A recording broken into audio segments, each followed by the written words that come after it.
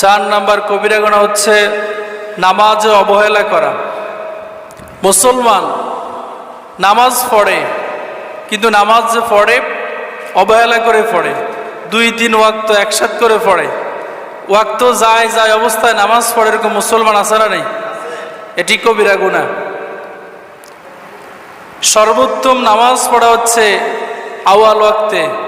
আমরা যে নামাজ পড়ি এটা হচ্ছে মধ্যম ওয়াক্ত আর শেষ ওয়াক্ত। অনেক সময় আছে অনেকে জোহরের নামাজ এত দেরি করে আসরের নামাজের ওয়াক্ত শুরু হয়ে যায়, আছে না নেই? এটা কবিরা গুনাহ। এই সম্পর্কে আমরা আজকে বিস্তারিত আলোচনা করবো ইনশাআল্লাহ।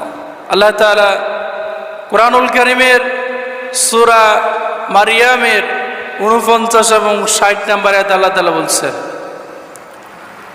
فَخَلَفَ مِن بَعْدِهِمْ خَلْفٌ أَضَاعُوا الصَّلَاةَ وَاتَّبَعُوا الشَّهَوَاتِ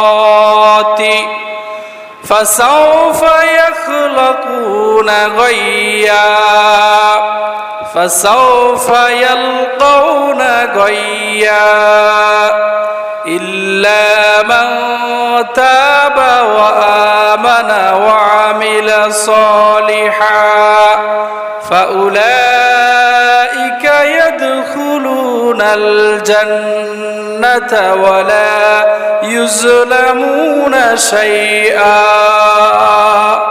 আল্লাহ তাআলা বলছেন, এরপর যারা এসেছে তারা নামাজকে নষ্ট করত,